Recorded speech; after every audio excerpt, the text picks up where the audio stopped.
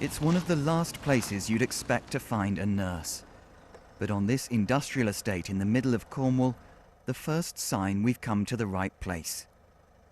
Inside this, Cornwall's virtual ward, where patient and nurse never meet. This team's currently monitoring 43 people from across Cornwall.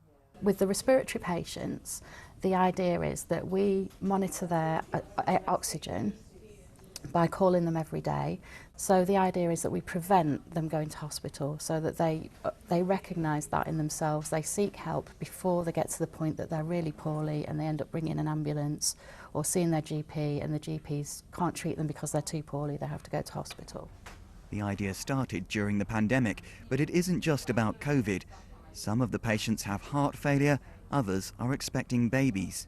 Pregnant ladies' oxygen is dropping, then it means their baby's oxygen is dropping as well. So they are automatically referred for us to monitor, and they have the safety net and advice that I mentioned earlier in terms of when to call an ambulance and when to call 111 is slightly higher. Can you monitor gestational diabetes as well? Would you do that sort of thing? We don't, but potentially we could. Yeah, we definitely have the potential to do that, without a doubt, yeah. I didn't want to go into hospital. I wanted to be at home, in my own bed, with my own surroundings, with my cat. 15 miles away, we find former virtual ward patient Pamela Gale. When she caught COVID earlier this year, she became seriously unwell. But instead of going into hospital, she was given equipment so she could monitor her oxygen levels at home. Takes a while to load. Yeah. We're all used to that, aren't we?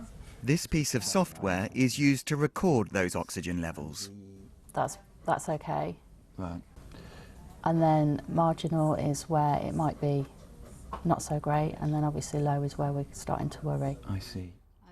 This approach is about keeping patients out of hospital so there's more space for people who really need to be there.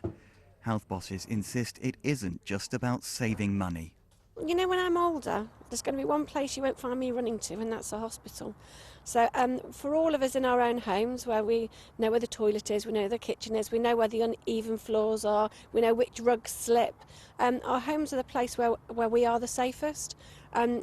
Speaking for myself and for my family, I think this is a massive development in services rather than a cost-cutting device. The top one is 98, so that's your oxygen level.